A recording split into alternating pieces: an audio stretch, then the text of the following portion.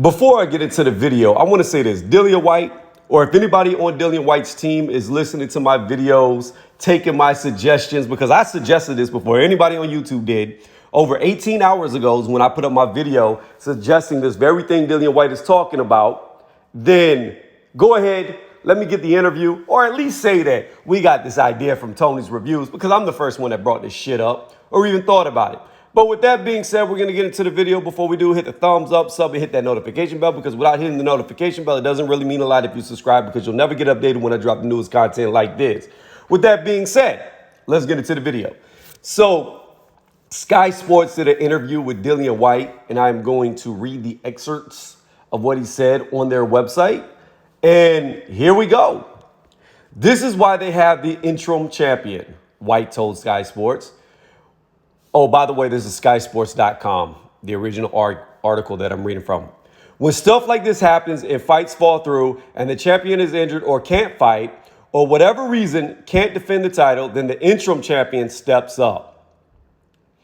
That's how Wilder became champion in the first place. Remember, Vitaly Klitschko wasn't able to defend the title because he was in the process of becoming a mayor, and they made him emeritus champion. I don't know what that is. And made the other belt for Stavern to fight Areola, and then Wilder so this is a similar kind of thing. Make me world champion. I'll fight Wilder as a world champion. And the winner of that fight, Tyson Fury, and the winner of that fight, Anthony Joshua, for the undisputed. That is where everything is solved with one action. By the way, my suggestion. Whyte has endured, okay, this is not Whyte talking anymore. Back to what Whyte was saying. The only way Wilder will fight me is if I'm world champion. If the WBC makes me world champion and orders Wilder to fight me, we can fight. I've always tried to be the solution since the start of my career. I'll fight anyone. I don't care about all this politics. All I want to do is fight. Tyson Fury has held all the titles, but has never made a single defense of any of them. It's a year and a half since he won the WBC belt and still no fight in sight. I also brought that up. Just excuses. What the hell is going on? It's a joke. The WBC should make Fury champion in recess. Did a whole video about that, like they did Devin Haney. Give me the belt, put me in the position, and I'll fight. I'll fight all of these guys. I've fought and beaten more of the WBC top 15 than Fury and Wilder put together. I've also mentioned that in my videos. They should, the WBC, 100% do the right thing. There's been a lot of inactivity with the title. This is the worst the WBC title has ever been. The WBC heavyweight title has been a mess for years now. There have only been 5 fights against 3 opponents in 4 years. It's ridiculous. Now, again, sorry about the little stuttering. I had to scroll while I was reading. I already suggested all of this. This is very reminiscent of the video I did. In fact, it is almost a carbon copy of exactly what I said, which makes me wonder, did somebody on Dillian Whyte's team or himself perhaps see my video and run with the idea? Not only did I make a video, but I went to another channel and talked about this idea as well. Because to me, this idea of making Tyson Fury a champion in recess, Dillian Whyte, I wouldn't even say you have to elevate him to the real champion. They could do that. But if you don't want to elevate Dillian Whyte to the real WBC champion, all you have to do is make the fight against Deontay Wilder and Dillian Whyte for the real title. So that way you don't have to worry about, and I'm not saying Dillian Whyte would, but that way you don't have to worry about Dillian Whyte getting the real title and then being like, no, I'm not going to fight you. So that's all the WBC has to do. Order the fight. The winner of the fight gets the real WBC title. And then when and if Tyson Fury returns, he gets the first shot at that belt to figure out who the real champion is. If Tyson Fury never comes back, it's irrelevant because you have Dillian Whyte or Deontay Wilder as the real WBC champion. And either one of them guys, whoever wins, could go forward to fight Anthony Joshua for undisputed. At the end of the day, you cannot blame Deontay Wilder at this point for the situation that's taking place. The only person that you can blame is Tyson Fury. Now, again, I understand if he has contracted COVID, I only hope the best for him. I only hope that he makes a healthy recovery and a speedy recovery, and he can get back in the ring as soon as possible if that's what he chooses to continue to do. However, if you go back to the reason why we're in this situation is because they never wanted to have the fight with Deontay Wilder. This could have been solved over a year ago. And at the end of the day, this is a Tyson Fury caused problem, in my opinion. Now, can I say definitively without a doubt that Deontay Wilder didn't delay the fights? I cannot, because I was not there. I'm not in either camp. I haven't seen the contracts, and I don't know what actually caused them to delay to go to mediations. But me seeing it from the outside looking in, I would say that the person pursuing somebody legally was the one who actually wanted the fight. The one trying to fight it legally is the one who actually did not want the fight, and more than likely is the reason why it never moved forward.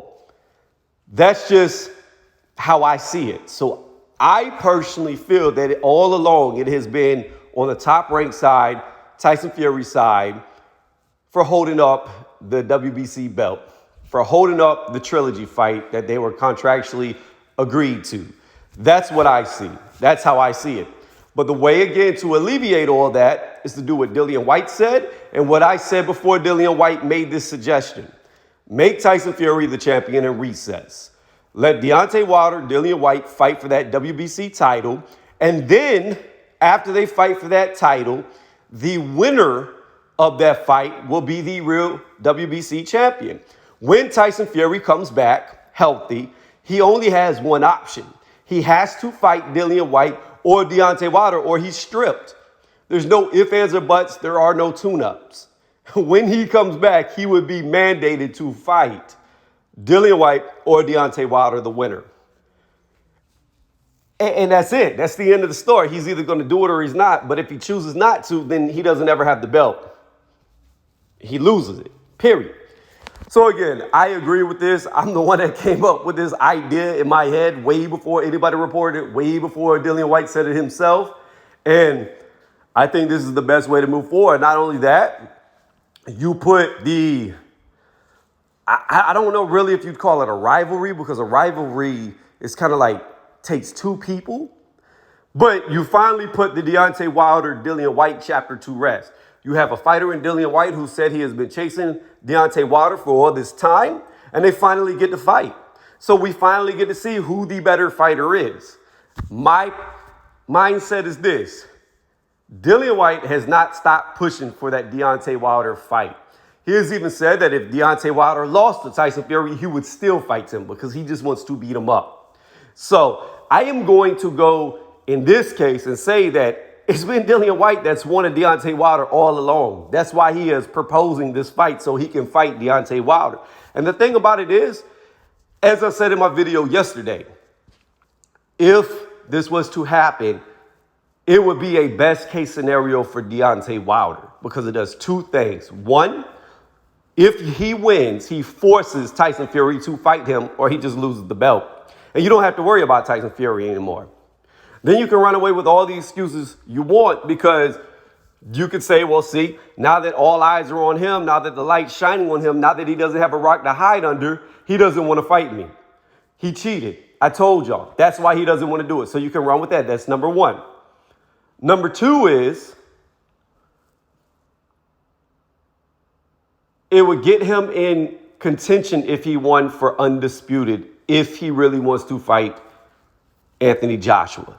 It would open the door. It would open the door. So, again, I just think, and number three, let me say this. Number three, most importantly, to take this fight with Dillian Whyte would be in his best interest because he has been in training camp. We don't know what the fuck Dillian Whyte's been doing. I know he was supposed to fight Jermaine Franklin, but it was never made official. Supposedly he was going to fight in August, but it was never made official. So by it not being made official, he might not even have started training camp. And if they do stay true to the date coming up on the 24th, like Eddie Hearn alluded to, then now you only got 2 weeks to get ready for the fight. That's it. So you are going to fight Dillian Whyte when he absolutely has zero time to train and prepare for you. Literally 2 weeks. Literally 2 weeks to get ready for a fight against who many claim is the most dangerous fighter at the heavyweight division. So if ever there was a perfect opportune moment to fight Dillian Whyte, this would be it. Because again, you are going to be catching him at his worst when you're already at your best, because you're already in shape. You're already ready to fight. Dillian Whyte, and I've said this before, he doesn't look like he stays in the best of condition outside of fighting. Deontay Wilder, on the other hand, he always looks in shape. Now, is he fight ready year round? I don't know. But what I can say is you can definitely tell that Deontay Wilder is always in shape. There's a difference in being in shape and fight shape. There's a difference. But being in shape is closer to fight shape than it is being out of shape. And we know Dillian Whyte gets severely out of shape in between fights. Notorious for doing it. And we have seen his gas tank suffer because of it. But again, he has taken fights on 2 weeks' notice when he fought Marius. I brought that up in that video yesterday too. So this isn't something out of the norm for Dillian Whyte. And here's the deal. If Dillian Whyte goes in there with a 2 weeks' notice, if they stay true to the 24th date, right? I'm just saying hypothetically if they do. And Dillian Whyte runs out of gas in the 5th or 6th round, and he ends up getting knocked out because you could tell his endurance wasn't there, his lungs wasn't there, he just didn't train enough for it to be able to go all 12 rounds. If it lasts that long, then that's his fault. That's his problem because he's the one that suggested it. So there is no excuse to be made about, oh, well, he only had 2 weeks. No, the fact is you can't use that excuse when you're suggesting it. So you know the situation you're putting yourself in. So my only point to this part of the video was this. If Deontay Wilder beats Dillian Whyte, which I believe Dillian Whyte can beat him, but if Deontay Wilder beats Dillian Whyte because Dillian Whyte just looks too out of shape and 2 weeks wasn't enough to get in shape, that's not an excuse. It's not an excuse at all because Dillian Whyte proposed it. This is what he wanted.